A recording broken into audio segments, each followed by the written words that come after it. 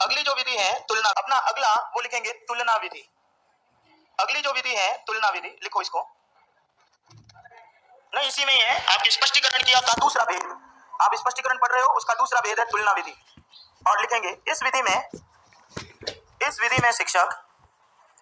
में शिक्षक प्रस्तुत शब्द के, इस विधि में शिक्षक प्रस्तुत शब्द के समान अर्थ वाले शब्द, इस विधि में शिक्षक प्रस्तुत शब्द के समान अर्थ वाले शब्द, प्रस्तुत शब्द के समान अर्थ वाले शब्द, कॉमा युग्म शब्द, विलोम शब्द, पर्यायवाची विलोम शब्द, कॉमा पर्यायवाची आदि की तुलना करते हुए, पर्यायवाची आदि की तुलना करते हुए अर्थ का स्पष्टीकरण कराता है, अर्थ का स्पष्टीकरण कराता है। यह विधि उच्च प्राथमिक स्तर पर, यह विधि उच्च प्राथमिक स्तर पर उपयोगी है, उच्च प्राथमिक स्तर पर उपयोगी है एवं इसके द्वारा छात्रों के शब्द भंडार में अभिवृद्धि होती है, छात्रों के शब्द भंडार में अभिवृद्धि होती है।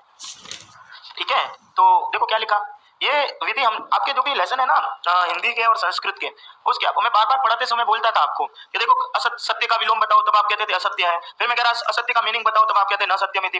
पाठ में कहीं पर भी असत्य शब्द नहीं आया, लेकिन जब आप उसके किताब के पाठ के प्रश्न उत्तरों को पलटते हो तो वहां पर दे रखा है निम्न के पर्यायवाची लिखो, निम्न के विलोम शब्द लिखो, जबकि पाठ में ना तो पर्यायवाची आया ना विलोम आया, फिर भी पूछा जा रहा है। तो इसका मतलब आपको तो पढ़ाना पड़ेगा, नीचे जाके थोड़ी पढ़ाओगे छात्रों को कि रट लो, तो कहां पर पढ़ाना है, ये जब पैराग्राफ चल रहा है उसी में ही पढ़ाइए। समझ में आ रही है, जैसे सत्य का आ गया तो वहीं पर बताओ कि सत्य का देखो विलोम असत्य होता है जिसको आप झूठ बोलते हैं। तो ये जो किताब के पीछे ही दे रखा है तुम्हारे प्रश्न उत्तर में कि पर्यायवाची युग्म विलोम शब्द, जबकि आगे पाठ में कहीं नहीं आ रहे वो, इसका तात्पर्य ये हुआ कि आपको कौन सी विधि से पढ़ाना है पाठ को, तुलना। एक पैराग्राफ को तुलना विधि, जब एक शब्द आ रहा है तो विलोम पढ़ाओ, पर्यायवाची पढ़ाओ, युग्म पढ़ाओ। प्राथमिक स्तर पर बहुत बड़ी उपयोगी विधि है ये। क्यों विधि है? क्योंकि इसमें छात्र को वहीं पर हर चीज मिल जाएगी और उसके शाब्दिक भंडार में क्या हो जाएगी, वृद्धि। व्याकरण का कोई महत्व इसमें रहा नहीं। ठीक है, तो स्पष्टीकरण विधि दो प्रकार की हो गई, या तो व्युत्पत्ति से पढ़ाओ या तुलना से पढ़ाओ। व्युत्पत्ति आएगी माध्यमिक में और तुलना आएगी उच्च प्राथमिक में। ठीक है, पहली विधि थी प्रत्यक्ष विधि, दूसरी विधि थी प्रवचन विधि, तीसरी विधि थी स्पष्टीकरण, और चौथी विधि लिखेंगे नंबर 4, वो है प्रसंग विधि। अब आपकी चौथी विधि है प्रसंग विधि। प्रसंग विधि से पढ़ाया जाता है आज भी। ठीक है, कहानी को सुनाओ बच्चे को, संस्कृत तो आती नहीं है उसको, तो आप उसको क्या करो, प्रसंग सुनाओ, कहानी सुनाओ, पहले कहानी सुनाओ और फिर है वह उसको पढ़ाना शुरू करो। तो वो विधि कौन सी विधि कहलाती है, प्रसंग, जिसको कथा कथन कहेंगे, कहानी कथन कहेंगे। देखो अर्थ इसका, इस विधि के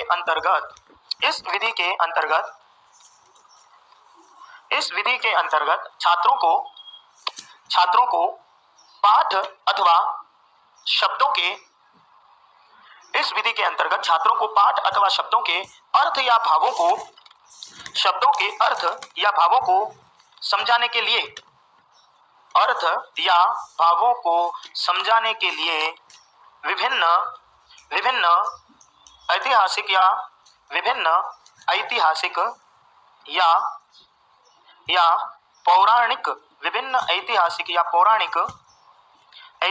पौराणिक प्रसंगों का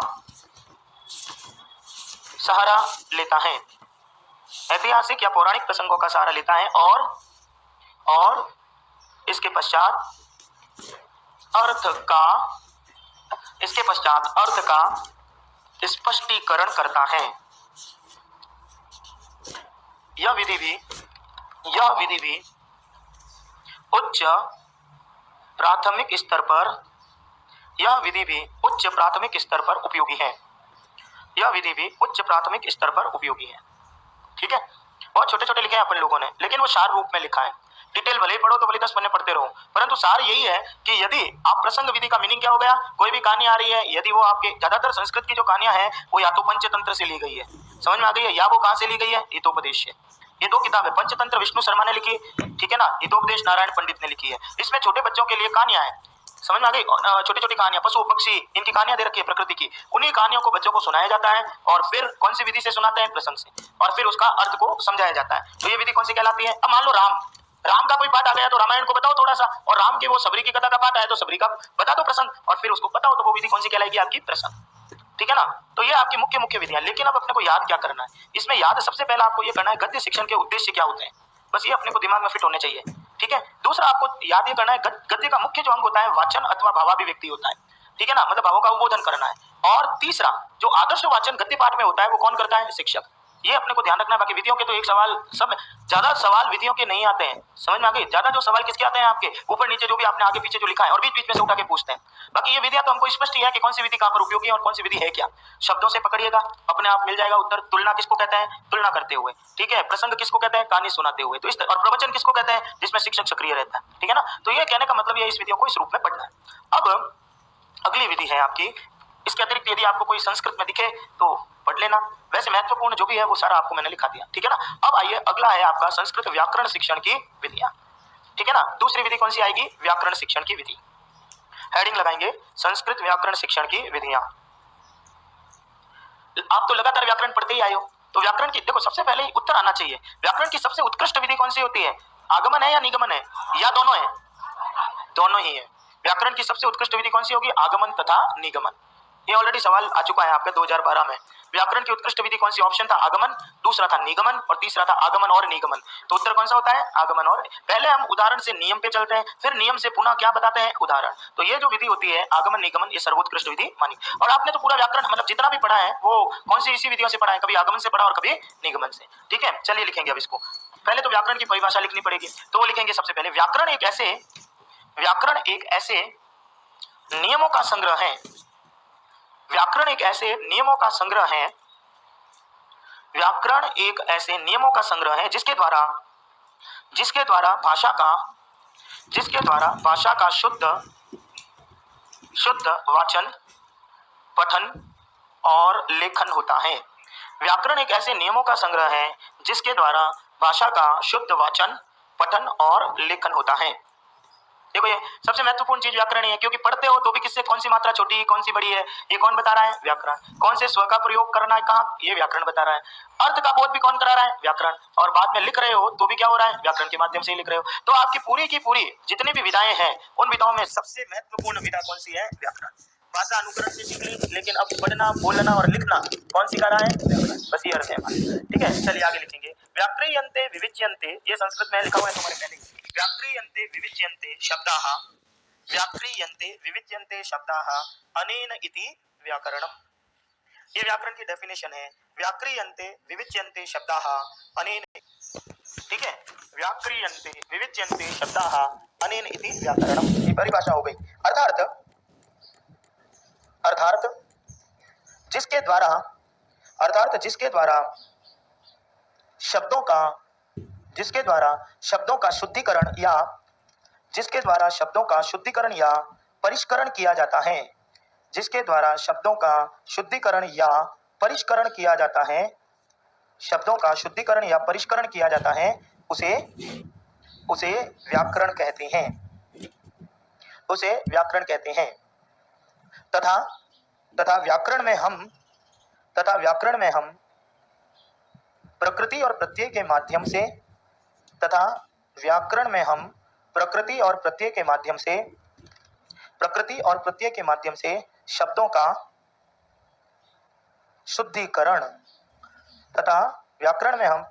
प्रत्यय के माध्यम से शब्दों का शुद्धिकरण करते हैं।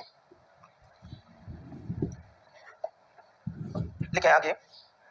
व्याकरण शास्त्र में भाषा के शुद्ध प्रयोग के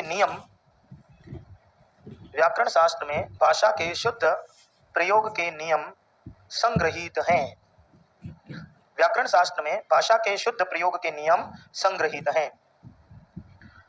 कौन सी भाषा के शुद्ध नियम संग्रहीत है? बताओ। संस्कृत के तो है। चलो, और कौन सी भाषा? हिंदी। लेकिन ऐसी भाषा जिसको हमने बोलना सीख लिया, समझ में आ गई? ऐसी उस भाषा के शुद्ध प्रयोग वो संग्रहित किसमें किए गए हैं? व्याकरण में। हर भाषा का अपना एक व्याकरण होता है, बोलियों का कोई व्याकरण नहीं होता। पैराग्राफ चेंज कीजिए और लिखें संस्कृत भाषा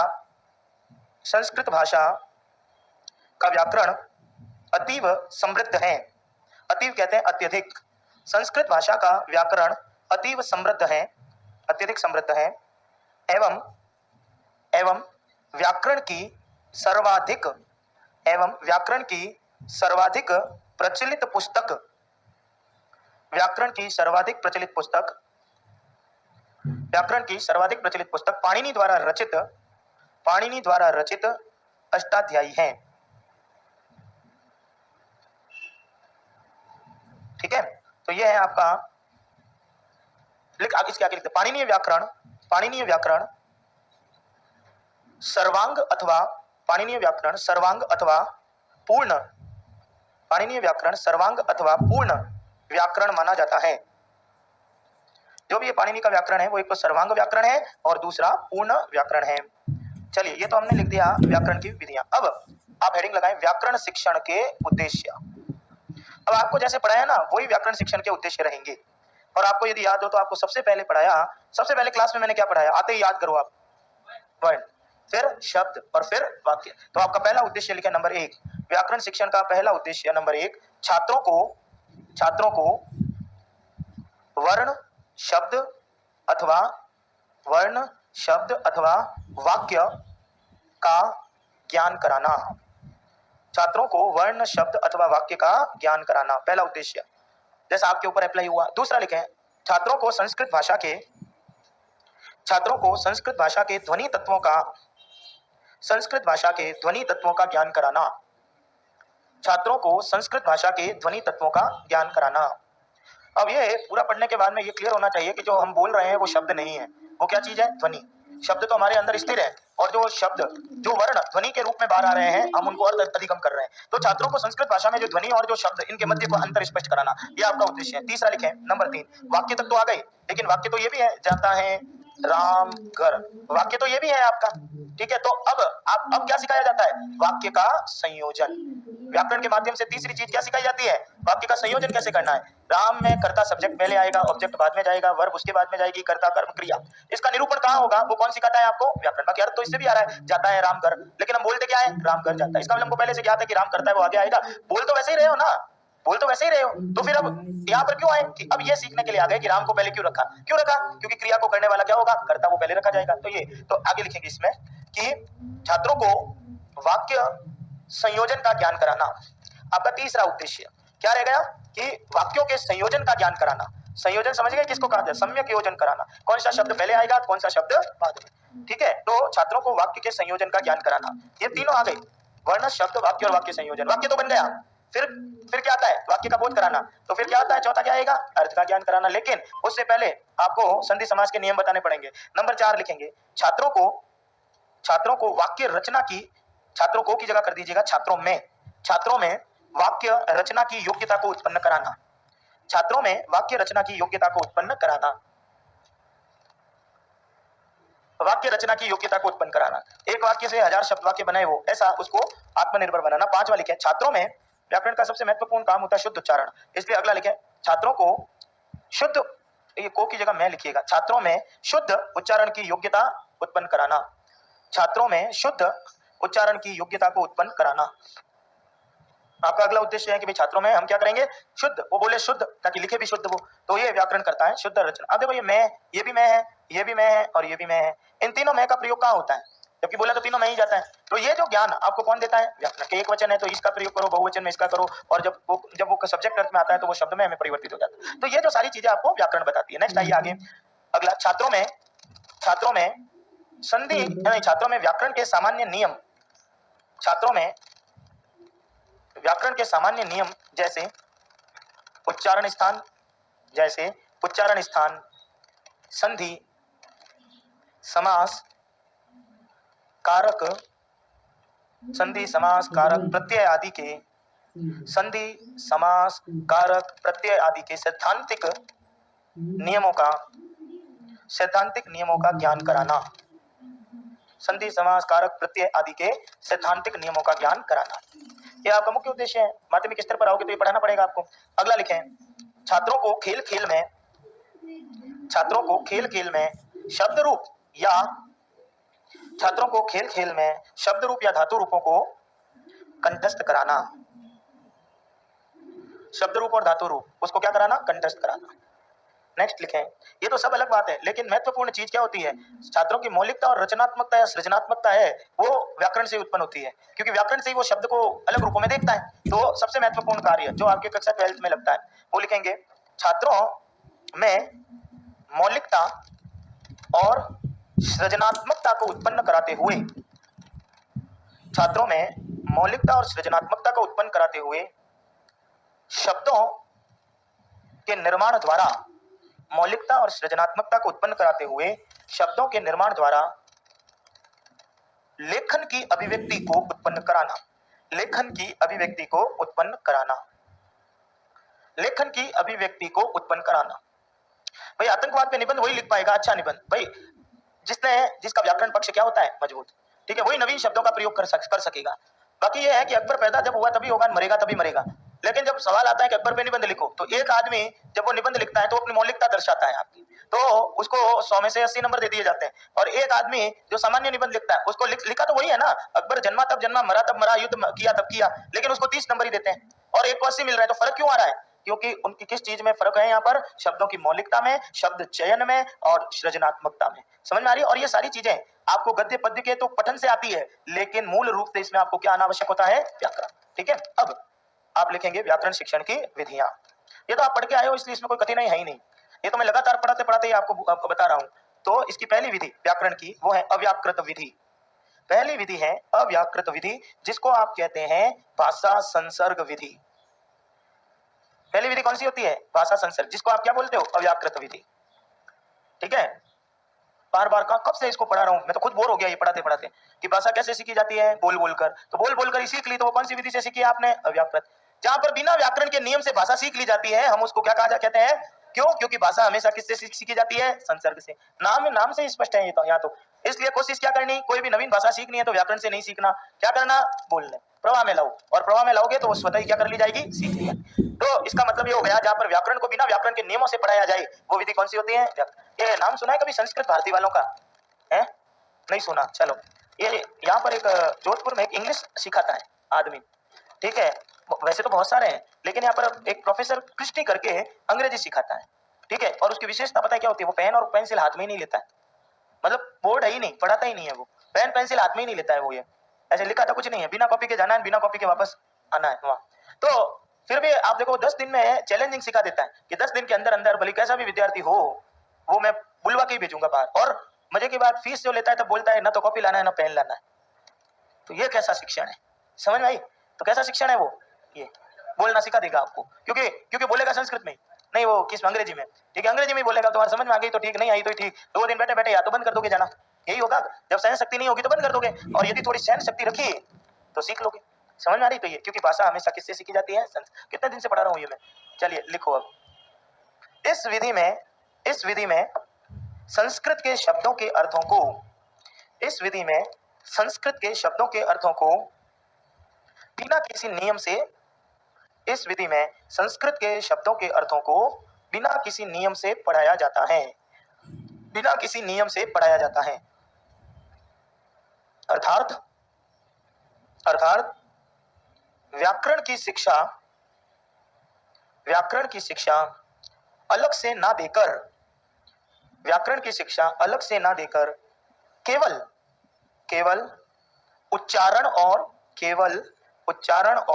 शुद्ध प्रयोग, केवल उच्चारण और शुद्ध प्रयोग के द्वारा, केवल उच्चारण और शुद्ध प्रयोग के द्वारा, शुद्ध प्रयोग के द्वारा अभ्यास करते हुए भाषा का अधिगम कराया जाता है, अभ्यास करते हुए भाषा का अधिगम कराया जाता है। अतः इसे भाषा संसर्ग विधि भी कहते हैं, अतः इसे भाषा संसर्ग विधि भी कहते हैं। मातृभाषा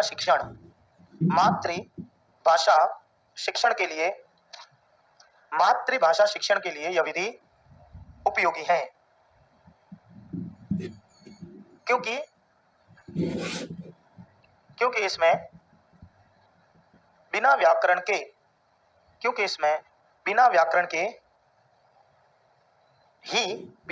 के ही व्याकरण के नियमों को समझा दिया जाता है। बिना व्याकरण के ही व्याकरण के नियमों को समझा दिया जाता है। प्रत्यय पढ़े थे, प्रत्यय, ठीक है, तो वहां पर मैंने एक भी व्याकरण के नियम नहीं लिखा है, नहीं लिखा है अचो या और दो पदार्थ, और ये उल्टा लिखा है तो ये बोला कि तुमको नहीं लिखना है, जिसके संस्कृत है वही लिखे, कहा था ना। तो जहां पर व्याकरण के नियम को बिना व्याकरण से पढ़ा देना, वो विधि कौन सी होती है? अव्याकरण। बोल रहा था बीच बीच में, ठीक है। तो वहां पर आपके कोई भी नियमों को याद करने की आवश्यकता नहीं रहती, और प्रयोग के माध्यम से ही हम क्या कर लेते हैं? बोलते बोलते ही भाषा का अधिगम कर लेते हैं। और मातृभाषा जो शिक्षण होता है जैसे आप लोगों की, उसके लिए सबसे अप्रोप्रिएट जो विधि होती है वो कौन सी होती है? अव्याकरण। और जितनी भी बोलियां होती है आपकी, वो कौन सी विधि से सीखी जाती है? क्योंकि उनका व्याकरण ही नहीं होता, ठीक है। अब आइए नंबर दूसरी विधि, सूत्र विधि। इसी विधि को हम कहते हैं कंठस्थीकरण, कंठस्थीकरण विधि।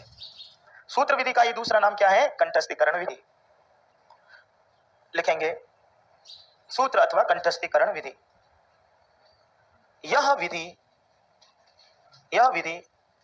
परंपरागत अथवा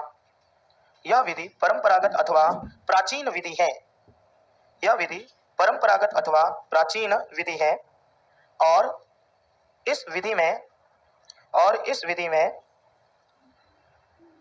पाणिनि के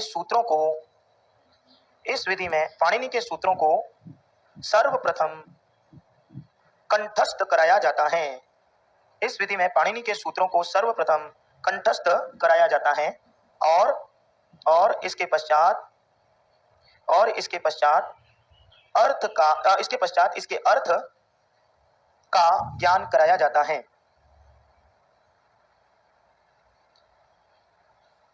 यह विधि मनोवैज्ञानिक सिद्धांतों के प्रतिकूल है। यह विधि मनोवैज्ञानिक सिद्धांतों के प्रतिकूल है, क्योंकि इसमें यह विधि, इसे धीरे नहीं होगा भाई, यह विधि, मेरे को भी तो एक संबंध बनाना पड़ता है ना आगे से आगे। यह विधि मनोवैज्ञानिक सिद्धांतों के प्रतिकूल है, क्योंकि इसमें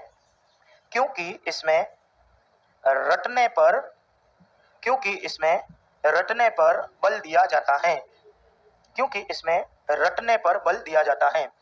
पता है इसमें क्या होता है? पहले एक आ जाता है कि सारे के सारे सूत्र रटो, 3992।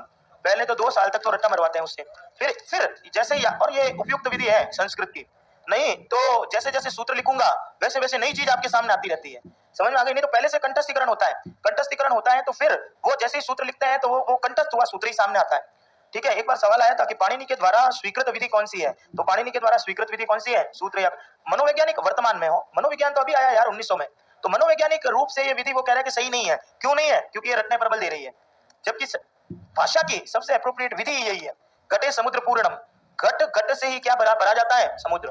समझ में आ रही है? तो एक एक सूत्र को याद करते हुए पूरा व्याकरण का कंठस्थीकरण हो जाना, ये विधि आपकी कौन सी विधि कहलाती है? ये लिखो अभी आगे इसमें। पाणिनि और कात्यायन ने, पाणिनि में देखो नी भी छोटी होती है और नी भी, पाणिनि और कात्यायन, ये कात्यायन कौन है? कवि नहीं है, कवि कहाँ का कवि है? कात्यायन वररुचि का नाम है, ठीक है। पाणिनि के बाद में दूसरा जो ऋषि हुआ वो कौन हुआ? कात्यायन, ठीक है। पाणिनि और कात्यायन ने, पाणिनि नाम नहीं सुना कभी इसका? नहीं सुना तो इसलिए नहीं सुना कि नींद में थे तुम लोग, ठीक है। पाणिनि और कात्यायन ने, और कात्यायन को ब्रैकेट में लिख दो, नहीं सुना तो आप सुन लो, चलो। वररुचि लिखा था, मुनित्रयम नमस्कृत्य, 3 मुनि कौन कौन से थे? पाणिनि, कात्यायन और पतंजलि, ठीक है। तो पाणिनि और कात्यायन ने इसी विधि का प्रयोग किया है, पाणिनि और कात्यायन ने इसी विधि का प्रयोग किया है, इसी विधि का प्रयोग किया है, तथा यह विधि सामान्य से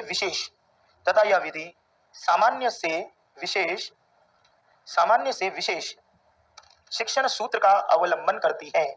सामान्य से विशेष शिक्षण सूत्र का अवलंबन करती है। कौन सा सूत्र काम में लेते हैं इसको पढ़ाते समय? सामान्य से विशेष, ठीक है। ये क्या लिखा? सामान्य किसे कहते हैं? नॉर्मल। और नॉर्मल किसे कहते हैं? और सामान्य और नॉर्मल किसे कहते हैं? चलो एक बात बताओ, एक सूत्र लिखता हूँ, चलो एक देखते हैं, मेरे को भी नहीं आता है, मैं तो ये सोच रहा हूँ कि आपसे भी तो कुछ मेरे को मिलना चाहिए, ठीक है। तो मेरे को भी आता नहीं है ये, मेरे को मैं एक सूत्र लिख रहा हूँ, दैत्यादि शब्द लिखा, ठीक है, एक तो ये लिख दिया। एक मैं इसका सूत्र लिख रहा हूँ, अक सवर्णे दीर्घ, ये 2 है, एक तो उदाहरण और एक सूत्र। इन दोनों में सामान्य कौन है? उदाहरण है कि सूत्र है? उदाहरण सामान्य होता है,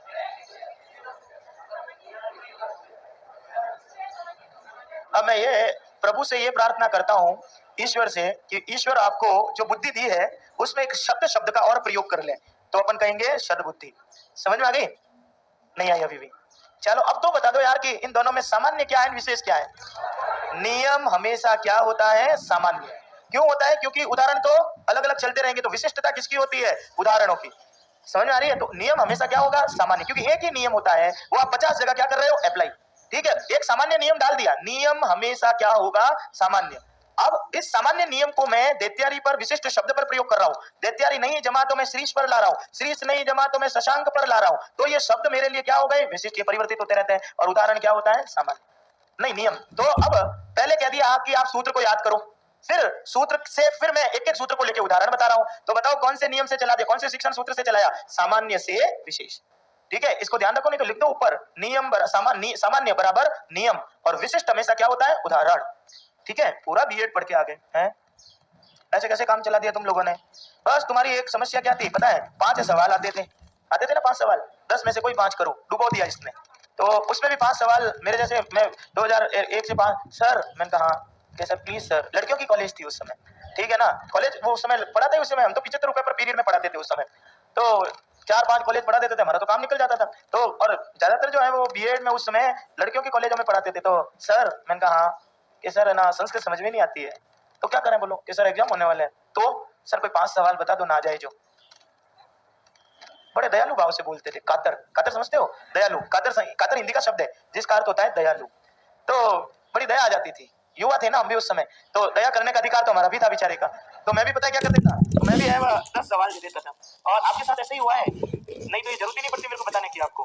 ठीक है, तो 10 में से कम 4 तो आ ही जाते थे, क्योंकि उसमें वो पास तो हो ही गए। अब पास तो हो गए, लेकिन ये पता थोड़ी था कि फिर जवानी यहाँ बितानी पड़ जाएगी क्लासों में। समझ में आ गई? नहीं तो घर में पढ़ते आप। इसलिए क्या होता है, कोई भी विषय पढ़ो ना तो बड़े ही यूं तन्मयता से पढ़ो। अभी आपका समय शुरू हुआ है, खत्म नहीं हुआ है। सेकंड ग्रेड में जाओगे तब भी यही पढ़ना है, सब यही है कोर्स में जो पढ़ा रहा हूँ वही। फर्स्ट ग्रेड में जाओगे तो मनोविज्ञान विधियां यही है, तो वापस पढ़ना है इसको, तो यहीं पे तो स्पष्ट करके जाओ, नहीं तो फिर सेकंड ग्रेड में फिर तुम्हारी मुंह दिखेंगे। मैं भगवान से ये प्रार्थना करता हूँ कि वापस, बड़ा कठोर वचन, कि वापस तुम्हारी शक्लें मेरे को इस क्लास में कभी नहीं दिखे। ये कह रहा हूँ। ठीक है, रास्ते में दिख जाओ भले ही, तो वो एक अलग ठीक है, लेकिन क्लास में कभी नहीं दिखे, यानी इस क्लास में अब वापस कभी मत आना, सीधा पास होके वहीं दिखना चाहिए।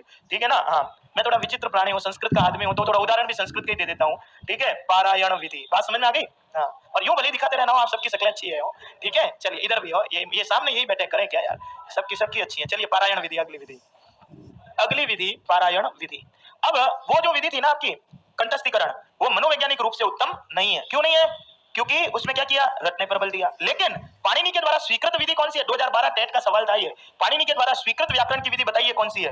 जो पाणिनि ने, उस समय तो विधियां थी नहीं भैया, उस समय तो ये विधि चलती थी, कंठस्थीकरण। रटो पहले, फिर एक एक करके हम बताएंगे। अब पारायण विधि लिखेंगे। ये तो मैंने इतना बढ़िया उदाहरण दिया था कल तुमको पारायण का। ठीक है, पीपल के पेड़ के नीचे सो गया, कहा पढ़ो, तो एक सूत्र को कितनी बार पढ़ाया जाता है? 5 बार। तो वो विधि क्या कहलाती है? पारायण। लिखें, इस विधि में शिक्षक व्याकरण के सूत्रों को, इस विधि में शिक्षक व्याकरण के सूत्रों को 5 बार पारायण कराता है। इस विधि में शिक्षक व्याकरण के सूत्रों को 5 बार पारायण कराता है। क्योंकि व्याकरण में लिखा रहा हूं इसलिए व्याकरण के सूत्रों को। पारायण में कितनी बार पाठ होता है? 5 बार। देखिए, यह विधि भी कंठस्थीकरण विधि के समान, यह विधि भी कंठस्थीकरण विधि के समान रटने पर बल देती है। कंठस्थीकरण विधि के समान रटने पर बल देती है। अतः यह विधि रटने पर बल देती है। अतः यह विधि मनोवैज्ञानिक रूप से उत्तम नहीं है। मनोवैज्ञानिक रूप से उत्तम नहीं है। बस ज्यादा इसमें लिखने की जरूरत ही नहीं है। मनोवैज्ञानिक रटने पर बल मानते ही नहीं है, बच्चों को क्रिया करके सिखाओ। वो तो कह रहे हैं रटाओ मत, तो फिर ये विधि उत्तम विधि नहीं है। लेकिन इसमें एक बार सवाल पहले लग चुका है, पारायण में पाठ कितनी बार होता है? 5 बार। बस ये ध्यान रखना इसमें। अब आइए अगला, और आपकी अगली विधि है व्याकरण को पढ़ाने की व्याख्या विधि। व्याख्या विधि, पहले बताओ व्याख्या विधि उत्तम है या नहीं है? बस इतना दिमाग में फिट कर लो कि व्याकरण जब भी आएगा तो हमेशा एक ही नाम आएगा, आगमन निगमन, बस। ठीक है, इसके अलावा कोई नहीं। तो व्याख्या विधि उत्तम विधि नहीं। व्याख्या का मतलब हो गया मैं बोल रहा हूं, आप चुपचाप बैठे हो, तो वो विधि उत्तम होगी नहीं। ठीक है, तो लिखेंगे अब व्याख्या विधि को, इस विधि में, व्याख्या विधि में लिखेंगे, इस विधि में शिक्षक व्याकरण के सूत्रों को व्याख्या पद्धति से पढ़ाता है। व्याकरण के सूत्रों को व्याख्या पद्धति से पढ़ाता है। व्याकरण के सूत्र कौन सी पद्धति से पढ़ाएगा? व्याख्या। इतिहास जैसे देखिए, व्याख्या के 4 प्रमुख अंग हैं। व्याख्या के 4 प्रमुख अंग हैं। जो भी व्याख्या होगी उसके कितने अंग हो गए? 4। ये इंपॉर्टेंट है, अंडरलाइन कर देना। और व्याख्या का पहला अंग लिखे चर्चा। पहला है चर्चा, दूसरा है उदाहरण। पहला अंग चर्चा, दूसरा उदाहरण, तीसरा प्रत्युदाहरण। पहला अंग चर्चा, फिर उदाहरण, फिर प्रत्युदाहरण और चौथा वाक्य अध्याहार। व्याख्या के कितने अंग हो गए? 4। कौन कौन से आ गए? पहला चर्चा, दूसरा उदाहरण, तीसरा प्रत्युदाहरण, चौथा वाक्य अध्याहार। मैंने ऐसे ही पढ़ाया आपको। कोई भी सूत्र लिया तो सबसे पहले सूत्र की क्या करी अपन ने? चर्चा। कैसे करी आपने? सूत्र में जो भी पद आए, अकह सवर्णे दीर्घ, तो अकह का मीनिंग क्या, सवर्ण का मीनिंग क्या, दीर्घ का मीनिंग क्या, ये पद का विग्रह हमेशा ही किसके माध्यम से होता है? चर्चा के माध्यम से। और फिर अर्थ का ज्ञान चर्चा से हो जाएगा। फिर मैंने क्या लिया? उदाहरण। उदाहरण आगमन से पढ़ाया आपको। फिर यदि मैं यहाँ पर ही खत्म कर दूंगा ना विषय, तो वो ये विधि तो निगमन हो जाएगी। समझ में आ गई? और निगमन किसको कहते हैं? निगमन का मतलब होता है नियम से उदाहरण। तो यहाँ पर मैंने खत्म कर दी यदि, तो ये विधि कौन सी हो जाएगी? निगमन। फिर मैं कह रहा हूं और बार बार बोल रहा था कि उदाहरण से कभी समझ में नहीं आता, समझ में किससे आता है? देखो एक अप्लाई करके बताऊं, अभी देखना आप, आपके ऊपर ही कर लेते हैं, दूसरे पे करें क्यों? दैत्यारी कौन सी संधि है? ये दीर्घ है, ठीक है। एक मिनट, चलो ये यन तो हटाते हैं। चलो विद्यालय, अब बताओ कौन सी संधि है? अब तो दीर्घ है, अब तो यन वाला मामला नहीं है। चलिए अब बताओ उपेंद्र, ये कौन सी है? मेरे को ये बताओ उपेंद्र दीर्घ संधि क्यों नहीं है? क्योंकि इसमें क्या आ रहा है? ये प्रत्युदाहरण इसका। समझ में आ गई? विद्यालय उदाहरण से तो समझ लिया, आ बराबर दीर्घ 50 उदाहरण। फिर जैसे ही लिखा कि मैंने कहा कि प्रत्युदाहरण, और मैं प्रत्युदाहरण क्या डालूंगा? उपेंद्र। उपेंद्र दीर्घ नहीं है। क्यों नहीं है? कि दीर्घ तो वही होती है जिसमें क्या आता है? आ। इसमें आ नहीं आता, इसलिए ये क्या नहीं है? दीर्घ नहीं, ये प्रत्युदाहरण। ठीक है, यहां तक तो कोई भी छात्र में आधी बात फिट हुई। यहां पर 3/4 फिट हुई। अब मैं वाक्य अध्याहार कर लूंगा और कहूंगा राम विद्यालय जाता है। देखो विद्यालय का क्या मीनिंग होता है? विद्या का आलय। तो विद्या में कितने शब्द हैं? कि 2, विद्या और आलय। आ और आ को जोड़ दो, क्या बन जाएगा? आ और ई। इसको कहते हैं वाक्य अध्याहार। किसमें ले आइए? वाक्य में। समझना? आपको पढ़ना नहीं है, आपको पढ़ाना कैसे है ये बताया जा रहा है। समझ में आ रही है? How to teach. ये जो होता है बीएड विषय का, बीएड ये थोड़ी कह रहा है कि या दीर्घ बनाओ, दीर्घ बनाने का तो संस्कृत बोलेगा विषय में, वो तो कह रहा है कि पढ़ो कैसे। ये व्याख्या में चलोगे ना तो ऐसे आएगा, चर्चा, चर्चा के बाद में उदाहरण, उदाहरण के बाद में प्रत्युदाहरण और उसके बाद में वाक्य से समझाया। ठीक है, ऐसे समझाया आपको किसी ने? नहीं समझाया, तभी मामला गड़बड़। मेरे को भी नहीं समझाया, ठीक है, और ना मैं किसी को समझाता हूँ, है ना। भाई आपको भी तो थोड़ी समझाया, सिर्फ विद्यालय पे लाके छोड़ा ना। तो मैंने भी तो वो विधि बनाई, आपके हर एक का जो थोड़ी है वो आपको वाक्य में प्रयोग करवाया। एक भी नहीं करवाया वाक्य में, तो क्योंकि वाक्य तो आया ही नहीं। समझ में आ रही है मेरी बात? चलिए अब आगे लाइन लिखो इसमें। लिखे पतंजलि। पतंजलि ने इसी विधि का अनुकरण किया है। पतंजलि का मेरे मामा का नाम है, तो व्याकरण के तीसरे मुनि का। और ये पतंजलि है कौन? भाष्यकार। जितने भी पाणिनि के सूत्र हैं उनकी व्याख्या किसने की है? पतंजलि ने। जब व्याख्या की है तो ये चारों ही चीज मिलेगी आपको। क्या मिलेगी? पहले मिलेगी अर्थ, फिर मिलेगा उदाहरण, फिर मिलेगा प्रत्युदाहरण और फिर वो वाक्य में प्रयोग करेगा। इसलिए पतंजलि ने कौन सी विधि का अनुकरण किया है? व्याख्या विधि। समझ में आ गई? इसीलिए याद तुम भूल जाते हो, करें क्या? इसीलिए आपको लिखाया था भाष्यकार। कोई विद्यार्थी को भाष्यकार नहीं समझ में आया तो नीचे और लिखाया क्या था? व्याख्याकार। समझ में आई? हाँ, टाइम पे होगा हर चीज, पहले कैसे होगा। अब नीचे लिखो, अब आप आगे लिखें इसी में ही। इस विधि से भाषा के, इस विधि में कर दीजिएगा ना, इस विधि में भाषा के सैद्धांतिक पक्ष की अपेक्षा, इस विधि में भाषा के सैद्धांतिक पक्ष की अपेक्षा व्यवहारिक पक्ष पर बल दिया जाता है।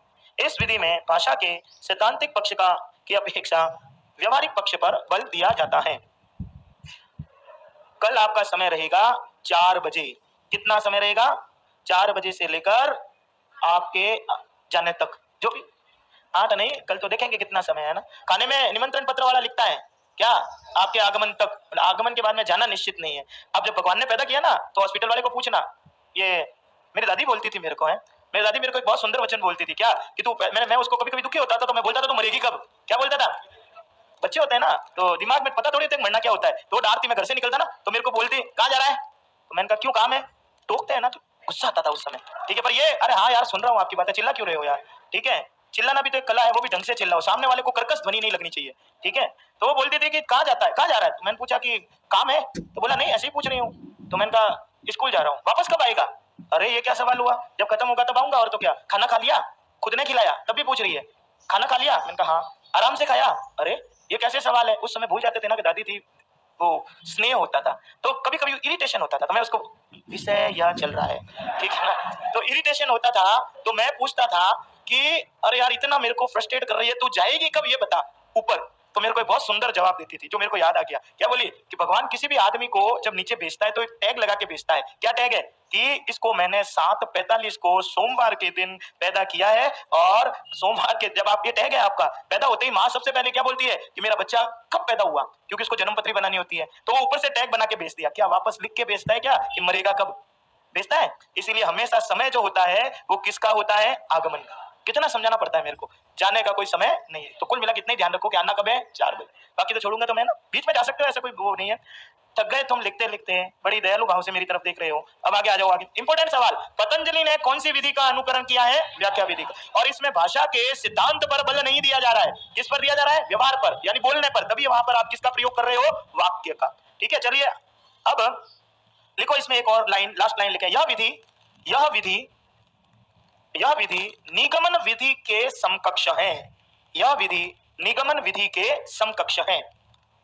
तो ये विधि कौन सी विधि के समान होती है? निगमन। क्यों होती है? क्योंकि यहां पर भी शुरू कहां से किया जा रहा है?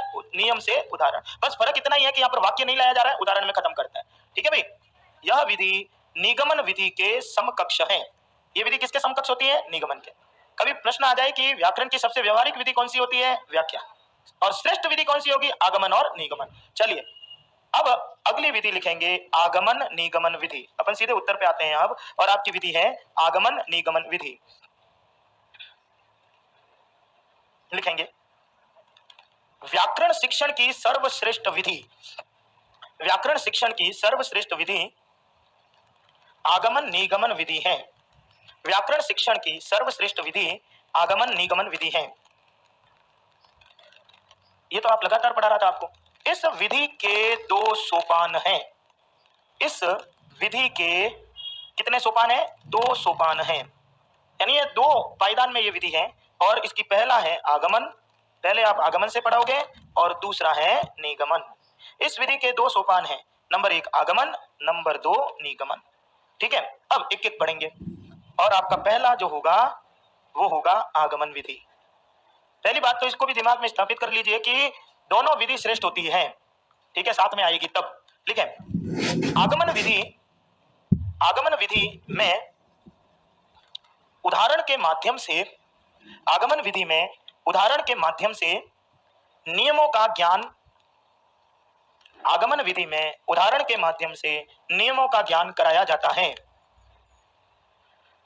उदाहरणों के माध्यम से नियमों का ज्ञान कराया जाता है। इस विधि में उदाहरणों को इस प्रकार, इस विधि में उदाहरणों को इस प्रकार एक व्यवस्थित क्रम में, इस विधि में उदाहरणों को एक इस प्रकार व्यवस्थित क्रम में रखा जाता है, व्यवस्थित क्रम में रखा जाता है, जिससे सामान्य नियम की ओर, जिससे सामान्य नियम की ओर बढ़ा जा सके, सामान्य नियम की ओर बढ़ा जा सके।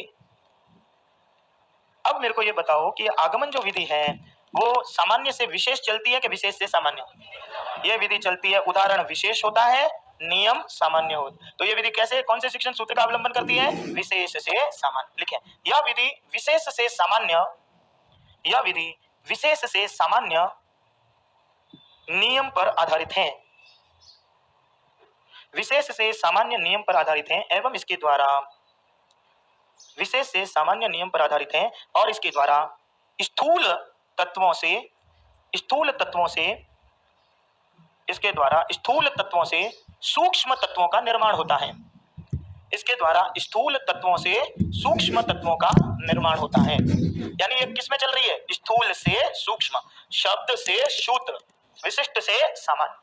इंपॉर्टेंट है, ये ऐसे नहीं चलाना सरलता से कठिनता, सरलता से कठिनता शिक्षण सूत्र चलेगा, लेकिन मुख्य रूप से ये विधि विशेष से सामान्य में चल रही है। ठीक है, आगे लिखें, इस विधि के द्वारा, इस विधि के द्वारा प्रत्यक्ष के आधार पर, इस विधि के द्वारा प्रत्यक्ष के आधार पर प्रमाण, प्रत्यक्ष के आधार पर प्रमाण, ब्रैकेट में कर दो नियम, प्रत्यक्ष के आधार पर प्रमाण ब्रैकेट में करो, नियम स्थापित किया जाता है।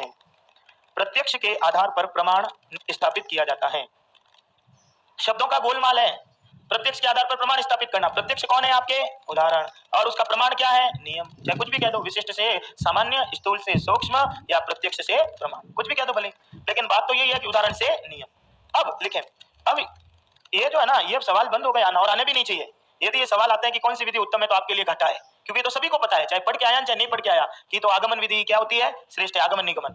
अब लिखें, पिछली बार का सवाल था परीक्षण और निरीक्षण का, तो इस बार थोड़ा चेंज लिखाते हैं। आ जाए तो भाग्य है, पर कोई जरूरी नहीं है, आएगा। कोई वो प्रमाण नहीं दे रहा मैं, क्या आएगा ही। चलो लिखे, इस विधि के 4 सोपान हैं। इस विधि के कितने सोपान होते हैं? 4।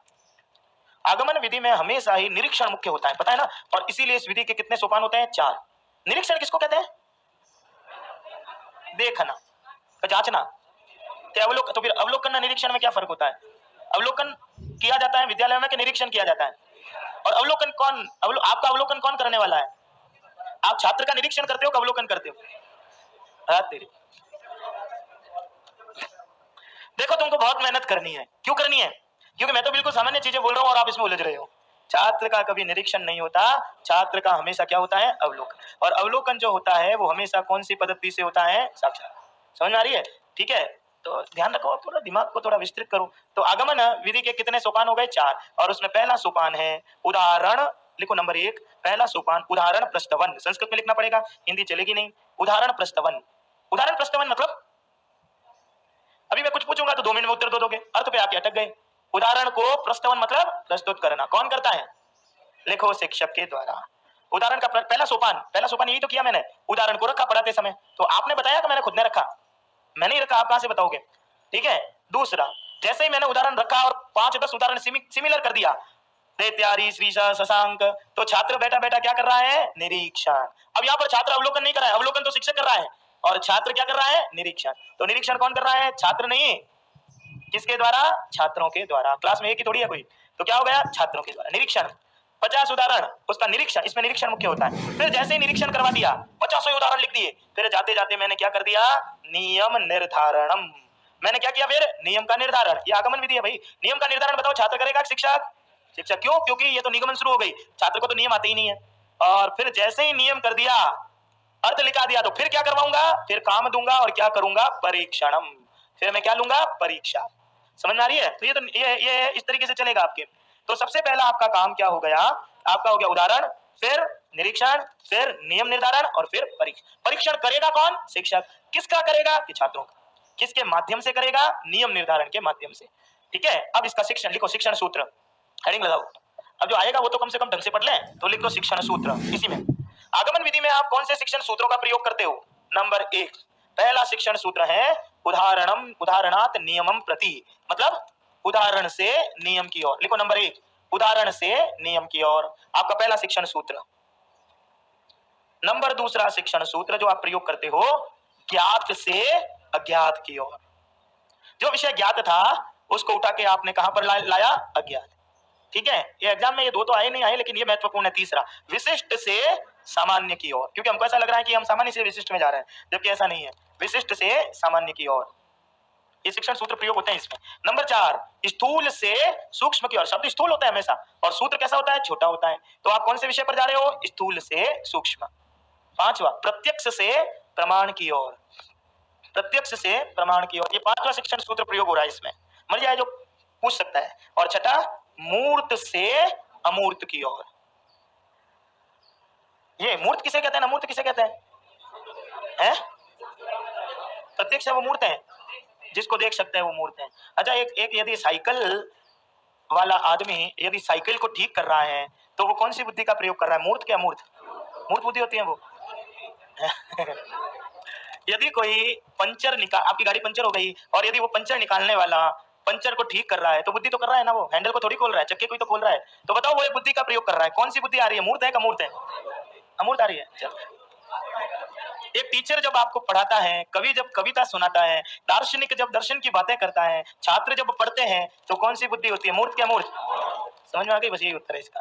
समझ में आ गई? ये देखना नहीं देखना, कहीं का देखना है। ठीक है, चलो नीचे लिखेंगे। अरे तुम अभी छोटे हो थोड़े, है ना? ईश्वर करे कि ये गद्दी तुम ले लो और तुम्हारे भी विचारों का विस्तार हो जाए। धीरे धीरे होगा, है ना। चलिए अब आओ आगे, पैराग्राफ चेंज करके। ये विधि सरल है कि भारी है, मेरे को तो ये बताओ। आगमन पक्का, अभी उदाहरण दूंगा फिर पूछूंगा सरल के भारी। मैं लिखाऊं क्या, ये विधि सरल होती है या भारी होती है? सरल है तो लिख दो। चलो, यह विधि सरल और स्वाभाविक है।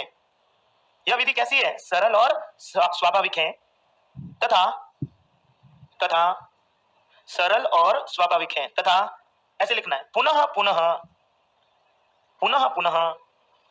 मतलब बार बार, पुनः पुनः प्रयोग के कारण,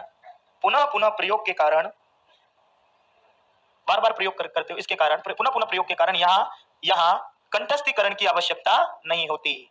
पुनः पुनः प्रयोग के कारण यहाँ कंठस्थीकरण की आवश्यकता नहीं होती। एवं यह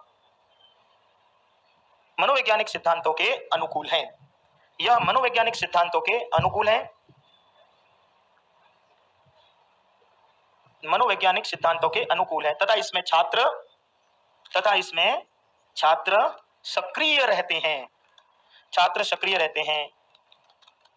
तो सक्रिय रहेगा, लेकिन इसके लिए तो टीचर को भी तो प्रशिक्षित होना पड़ता है, नहीं तो वो पढ़ाएगा कैसे? तो टीचर का, एक अध्यापक को इसके लिए अलग से प्रशिक्षित होने की आवश्यकता है इसको पढ़ाने के लिए। क्यों? क्योंकि घर में से 50 उदाहरण लाएगा तभी तो लिखाएगा, नहीं तो लिखाएगा कहां से वो। चलिए अब आइए, दूसरी विधि है निगमन विधि।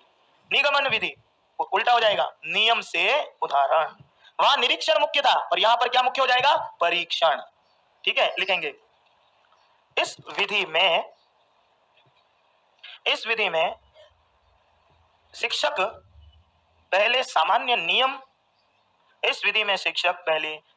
नियम और सूत्र को बताता है।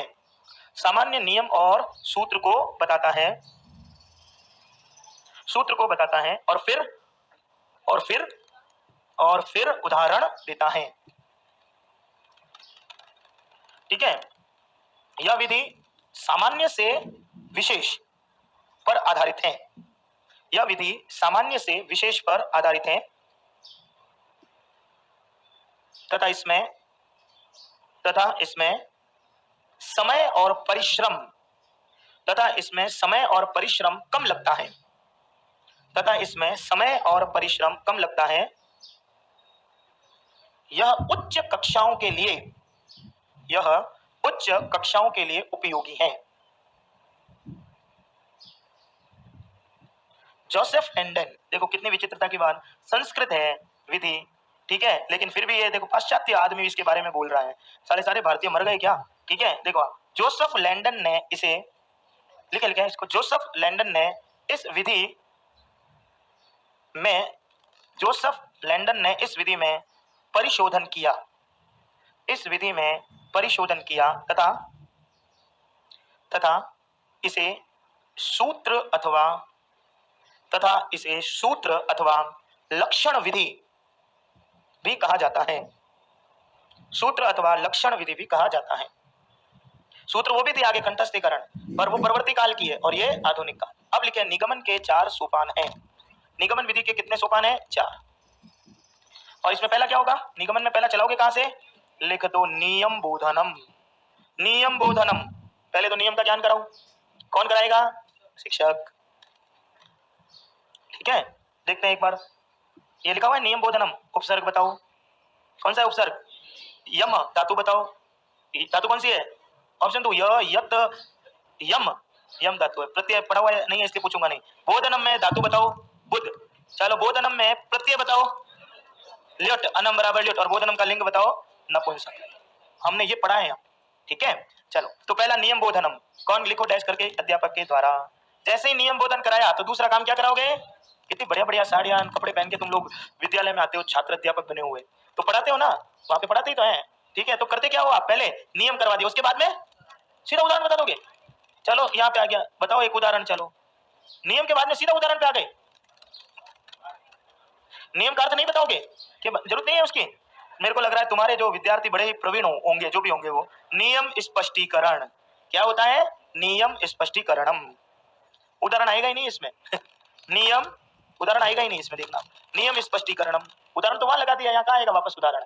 तो आपने क्या कर दिया? नियम पढ़ाया, नियम का आपने क्या कर दिया? स्पष्टीकरण। फिर क्या करोगे? फिर करेंगे नियम परीक्षणम।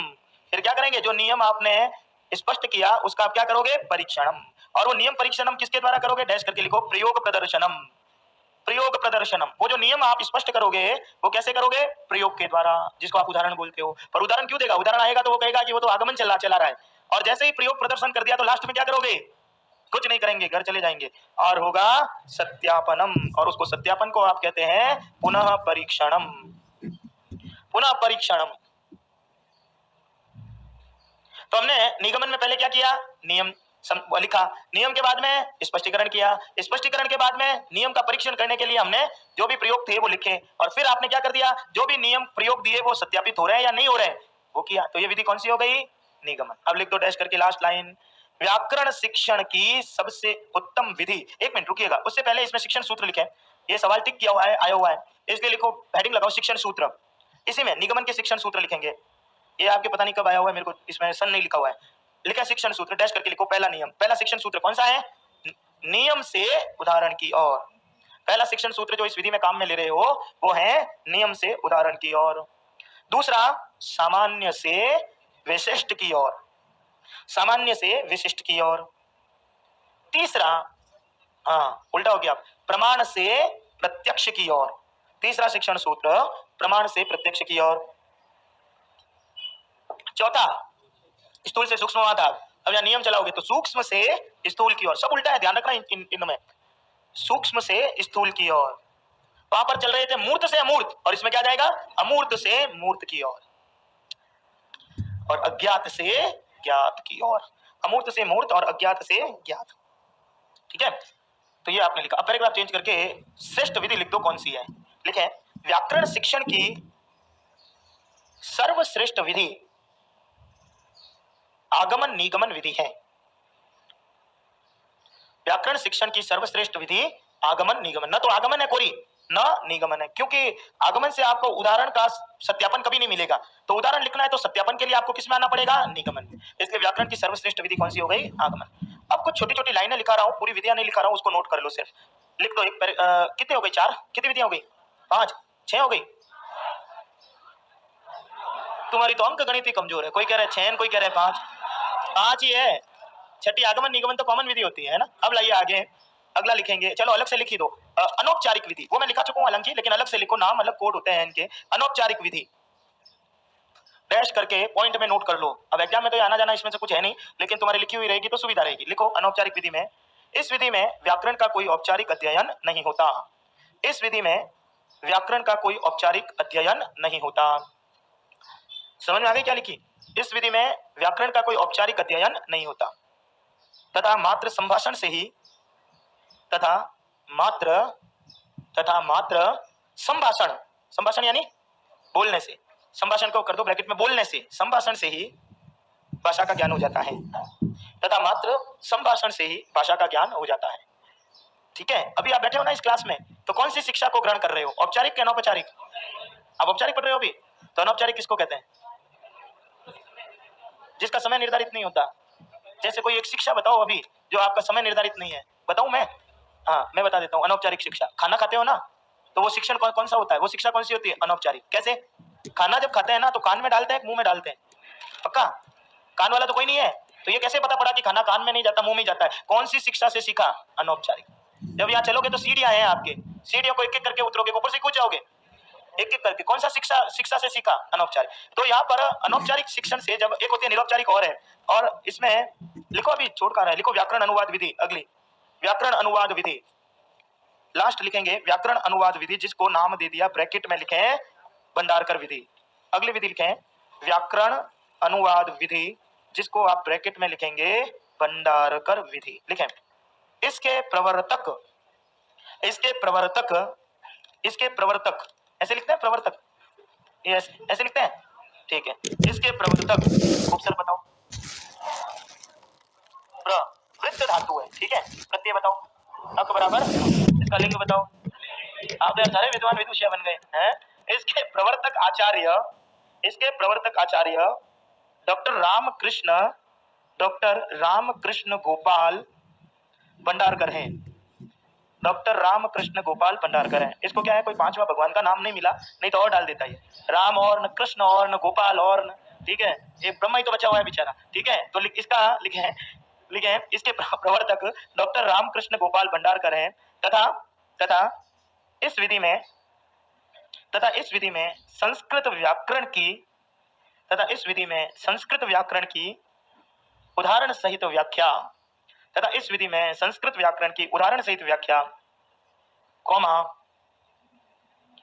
संस्कृत से अंग्रेजी, लो हिंदी हटा दी इसने, संस्कृत से अंग्रेजी, अंग्रेजी से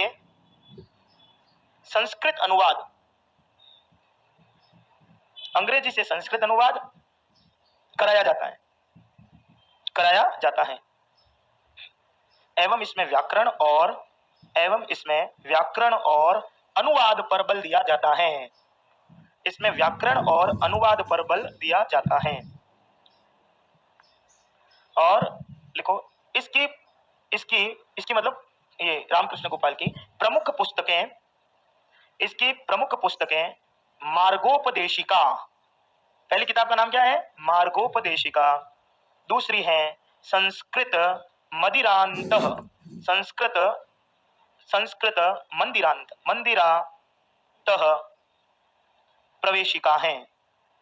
ऐसे पहला है मार्गोपदेशिका और संस्कृत मंदिरात प्रवेशिका है, दो किताब। मार्गोपदेशिका संधि बताओ, मार्गोपदेशिका ओ बराबर गुण, चलो पहला अलग करो, मार्ग प्लस उपदेशिका में उपसर्ग बताओ, देशिका में धातु है दिश, ठीक है, देशिका का पहले तो देशक, उपदेशक प्रत्यय बताओ, अक बराबर नवल। अब स्त्रीलिंग में कह दिया उपदेशिका, का में आ गया तो आ का स्त्री प्रत्यय कौन सा हो गया, ठीक है। चलिए, तो ये दो किताबें होंगी। अब ये व्याकरण जो है शिक्षण उनकी विधियां। अब आप लगाओगे संस्कृत काव्य अथवा पद्य शिक्षण की विधियां, संस्कृत काव्य अथवा पद्य शिक्षण की विधियां, ठीक है। इदम कर्णोत्पलम चक्षुरिदम वा नवा इति विलासिनी नोते न निश्चिनोति हृदयम किंतु दोलायते मनः। आपको हंसी आ गई, ट्विंकल ट्विंकल तो बोलने से रहना, संस्कृत है तो संस्कृत ही बोलूंगा, इतने टाइम तक तो मैंने बोला ही नहीं, ठीक है। अरे ओ नायिका, ये तुम्हारी आंख है या तुम्हारे कानों का उत्पल है? कान में बाले वाले पहनते हो? नहीं, तुम थोड़ी पहनोगे। यदि कोई आदमी पुरुष ये कह दे कि मैं सुंदर हूं तो वो नपुंसक होता है। मैं नहीं बोल रहा हूं, मेरा कोई दोष नहीं है, दोष किसका है, साहित्य का, क्योंकि आदमी में कभी भी सौंदर्य नहीं हो सकता। समझ में आ गई? आदमी में जो भी होगा वो क्या होगी, कठोरता। कभी सुना आपने कि इस आदमी की, इस पुरुष की आंख हरिणी के समान है? ऐसा सुना? इस पुरुष की भुजा झुकी हुई है पेड़ के टहनियों के समान, सुना? तो पुरुष हमेशा कैसा होना चाहिए, कठोर और रुक्ष, ये पुरुष का लक्षण है। कह रहे सुंदर हो तो फिर भगवान जाने तुम क्या हो, ठीक है। अब सौंदर्य धर्म किसका होता है, स्त्री का। भगवान ने अलग अलग करके भेजा है, तो ईश्वर से नहीं तुमसे प्रार्थना करता हूं कि दोनों को अलग अलग रखो। पुरुष में सौंदर्य होता है, पुरुष में कठोरता होती है, और स्त्री में क्या होता है। तभी हम कहते हैं कि ये स्त्री कैसी है, मृगनयनी है, ठीक है, हरिणों के समान आंखों वाली है। पुरुष कभी नहीं, पुरुष की हरिणियां क्या की हो गई तो भगवान जाने, फिर ऑपरेशन ही कराना पड़ेगा तुम्हारे तो कठोरता होनी चाहिए आदमी के शरीर में, ठीक है। अब सुनिए, मैं थोड़ी बोल रहा हूँ यार, इतने यदि मेरे वचन होते तो मैं तो खुद पता नहीं कहाँ हो जाता। मैं तो तुम्हारी किताब की बात बोल रहा हूँ। तो जो सौंदर्य, स्त्री वैसे ही सुंदर होती है, क्योंकि भली कैसी हो, तो वो बस सुंदरता उसके रग रग में भरी हुई है, आपको देखने की आवश्यकता होती है, ठीक है। अब आप देखिए, तुम्हारी बुद्धि पता नहीं कहाँ रहती है। मैं बेचारा एकदम, मैं मेरे काव्य पे आ रहा हूँ, क्योंकि काव्य का प्रमुख तत्व क्या होता है, सौंदर्य। इसलिए सौंदर्य होगा तो हमेशा वहां पर किसकी प्रशंसा की जाएगी, स्त्री तत्व की। तो मैं तो वहां पे आ रहा हूँ, तुम पता नहीं कहाँ जा रहे हो। मैं तो मेरे विषय पर ही रहता हूँ, इधर उधर भ्रमित होता ही नहीं हूँ, ठीक है। अब आप सुनिए, तो सौंदर्य जो भी, मेरी माँ मेरे को कहती है कल रात को कि यार ये काम करते हूँ मैं, क्या कि मैं, मेरे को गहने पहना। कितनी उम्र है, 80 है नहीं, मैं तो कह रहा हूँ ऐसे ही। मैंने पूछा माँ तू इतना गहने क्यों पहनना चाहती है? कि मैं जवान दिखना चाहती हूँ। क्या दिखना चाहती हूँ, जवान। अब मैंने कहा तू कितने ही आभूषण पहन ले, पर वो दिन तो वापस कभी नहीं आ सकते। समझ में आ गई मेरी बात? जवानी के पन्ने पलट गए, पिक्चर खत्म हो गई। अब ये झुर्रियां अब तो सिर्फ अग्नि में ही समर्पित होगी, तभी समाप्त होगी। अब सुनिए क्या कह रहा हूँ, स्त्री स्वभावतः सुंदरी होती है, लेकिन फिर भी वो आभूषण को पहनती है। साहब क्यों पहनते हैं आभूषण? आभूषण क्यों पहनते हो? आभूषण किसको कहते हैं? अरे आभूषण किसको कहते हैं? गहनों को मत बोलना, गहने तो मेरे को ही पता है। आभूषण का मीनिंग होता है अलंकार। आभूषण किसको कहते हैं? अलंकार। तो आप एक चीज, अब आप चुप रहना, इनसे पूछता हूँ, आप अलंकार को क्यों धारण करते हैं, मेरे को ये बताओ। गहने क्यों धारण करते हो? क्योंकि हम क्या चाहते हैं, सुंदर दिखे। चलो मेरी पत्नी भी मेरे को यही बोलती है। लेकिन पता है क्या होता है कि जब भी मैं स्कूटर पर वो क्या गाड़ी में जाता हूँ और वो अलंकार को धारण करता है, एक चीज पहले बात, उसकी बाद में बात करेंगे। पहले आप ये बताओ, आप सुंदर क्यों दिखना चाहते हो? भाई बात तो यहाँ आएगी तभी काव्य समझ में आएगा। अरे यू क्या कर रहे हो यार, ऐसे मत करो, ठीक है ना। आप लोग विषय से हट रहे हो और मैं आपको विषय में लाने का क्या प्रयास कर रहा हूँ। हम सुंदर क्यों दिखना चाहते हैं? हम आकर्षक इसलिए दिखना चाहते हैं क्योंकि लोग हमारी क्या करें, प्रशंसा।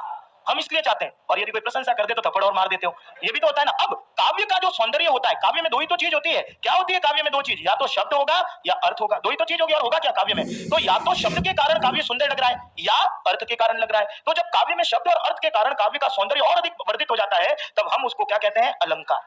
पार्वती सुंदर है, ठीक है, सामान्य शब्द में कह दिया। एक तो आप बोलते हो कि आप बहुत सुंदर हो, तो खुश वो लड़की हो रही है। लेकिन यदि मैं कह देता हूं आप तो यार चंद्रमा के समान सुंदर हो, आज तो आप पे फूलों की महक आ रही है, तो ऊपर पता नहीं कहां चले जाते हैं। लेकिन नीचे जब ऊपर जाते हैं तो नीचे की कुर्सी भी खींचनी तो आती है, ठीक है, कि क्या कि कमल पे भ्रमर मंडरा रहा है तो मैं भी मंडरा हूं, तो कौन सी बात है? समझ में आ रही है मेरी बात? इदम कर्णोत्पलम चक्षुरिदम बा। अरे ये तुम्हारे कानों का उत्पल है या तुम्हारी आंखें हैं? दिखाई नहीं दे रहा है।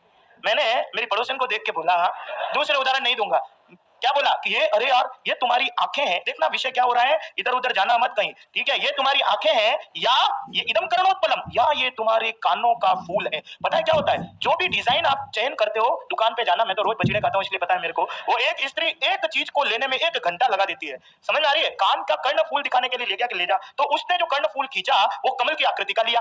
तो मैंने बोला कि अरे ये तुम्हारे कानों का फूल है या तुम्हारी आंखें हैं? क्या बोला? आपको देख के कह रहा हूं, तुम्हारी आंखें इतनी सुंदर है, डूब जाने का मन करता है। ये सूत्र बोल, ये तुम्हारे कानों का फूल है या ये तुम्हारी आंखें हैं? तो सामने वाले ने पता है झपाट से उत्तर दिया कि आंख किसकी? कि मैंने कहा तेरी। कानों का फूल किसका? कि तेरा, मतलब खुद का। तो फिर तुमको दिखाई क्या दे रहा है?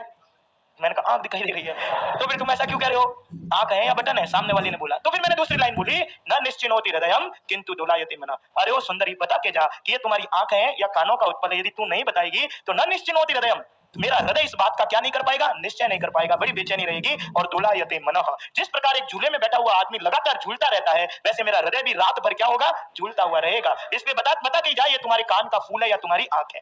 नायक पता है ये आंख और कर्ण फूल को नहीं देखना चाह रहा था, वो मात्र ये चाह रहा था कि वो नायिका मधुर शब्दों का क्या कर ले? उच्चारण। समझ में आ रही है? तो ये मैं इसको सीधे कह सकता था कि तुम्हारी आंख सुंदर है, लेकिन मैंने क्या किया, काव्य में एक सौंदर्य को भरा, ठीक है। सौंदर्य कोरा श्रृंगार का ही नहीं होता है, संन्यास का भी होता है। और आपको एक बात बताओ, श्रृंगार हमेशा संन्यास का कारण बनता है, नोट करके जाना इस बात को, ठीक है। 35 के बाद में जब भी आ गए ना तो तुम साले सब संन्यास की अवस्था में चले जाओगे, जैसे मैं हूं, ठीक है ना। तो मैं नहीं बोल रहा हूं, भर्तृहरि कह रहा है कि श्रृंगार हमेशा किसका कारण बनता है? संन्यास का, ठीक है। बाकी कल करेंगे। और काव्य की परिभाषा मैंने बता दी, काव्य का अर्थ होता है सौंदर्य।